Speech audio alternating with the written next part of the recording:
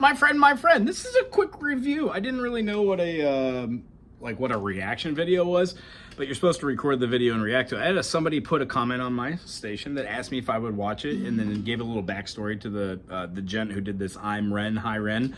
What I gotta say is, yeah, a lot of people who are talented deal with a lot of mental health issues, and I'm not sure if they have clarified themselves as getting away from it, but the song that he put out there is, it's poignant.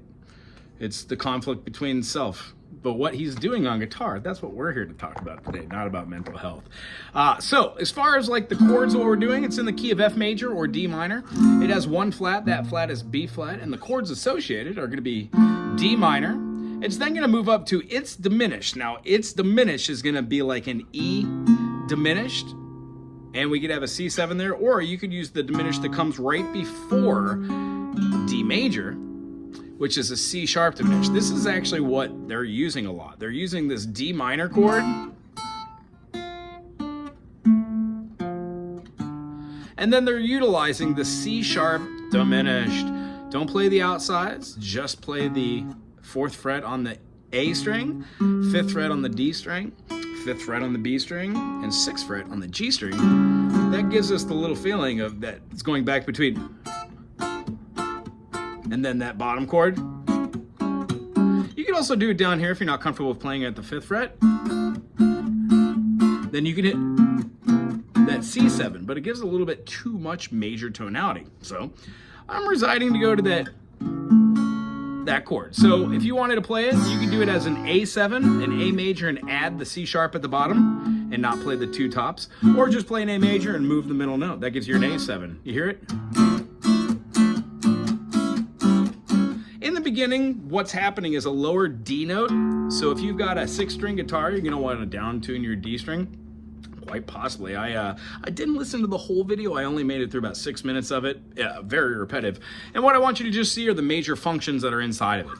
Between having this chord, the D minor, this chord, the D minor 7, and then a D7 right here. Not the D7, but a D minor without the 7. It's like a D sus.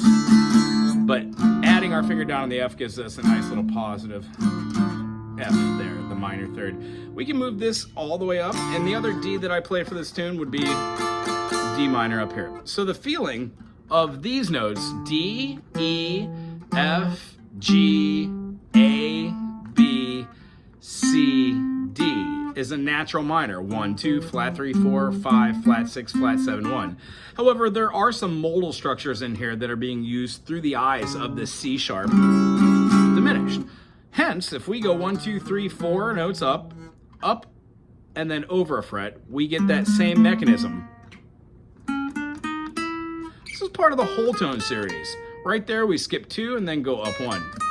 So all the notes that you hear that feel and build a lot of tension,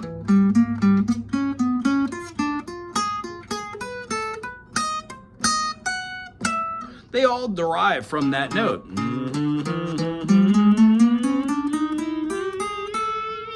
So the D minor can go to an A7. That makes sense. But a lot of the time it's feeling like a...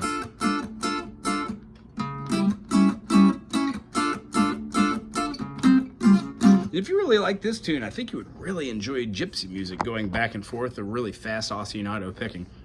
Most of the lines that are followed through here either follow a whole tone or a half tone when dealing with that C. So half tone scale would be 4th fret, 5th fret, 7th fret, up to the next string, 5th fret, 6th fret, 8th fret, up to the next string, 6th fret, 7th fret, 9th fret, up to the next fret, and then go 2 notes above.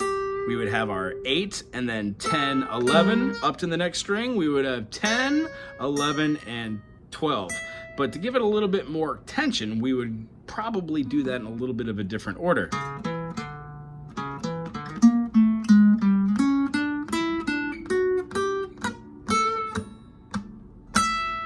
All these little runs, plus the one starting on D, of just having our outside minor thirds from a whole tone run. Whole tone run being nothing more than, there are no half steps in between there. I like the feel of this groove.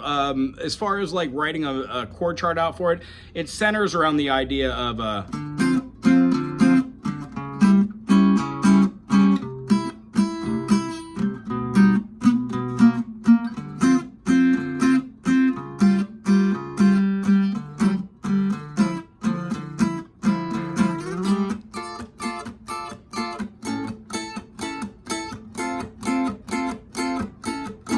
kind of using the D minor and then the F major as well. And it has this beautiful play between the two.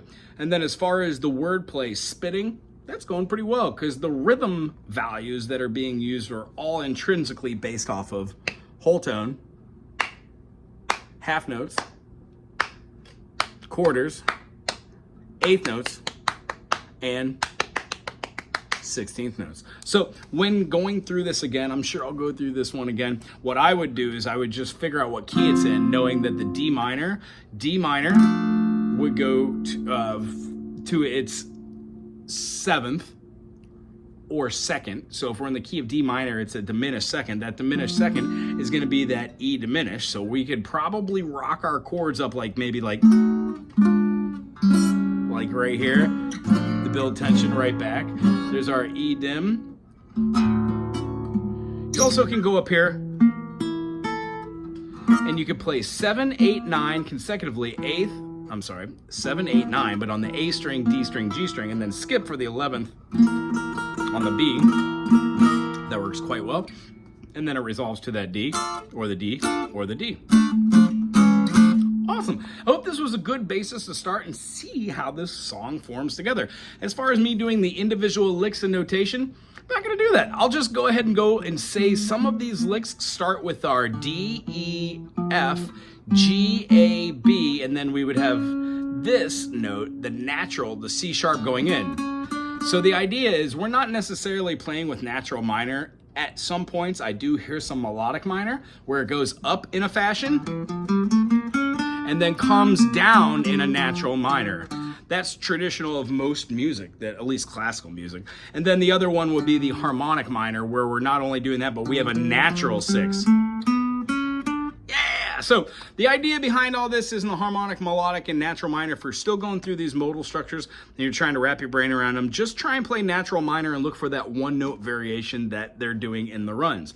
And if I had to say something which would be like relative, it would be this. When I started listening to music, I was playing the same type of songs, feeling like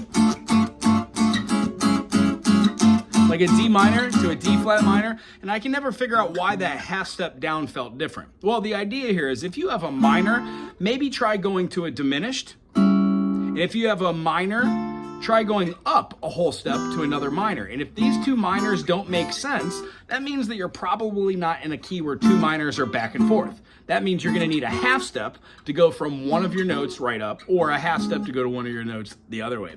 Either way, the ones that I would watch were from a band called Yes, Steve Howe. I always used to hear this movement. Oh,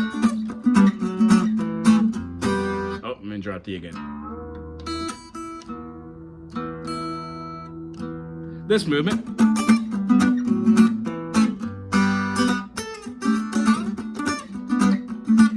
And when I got here,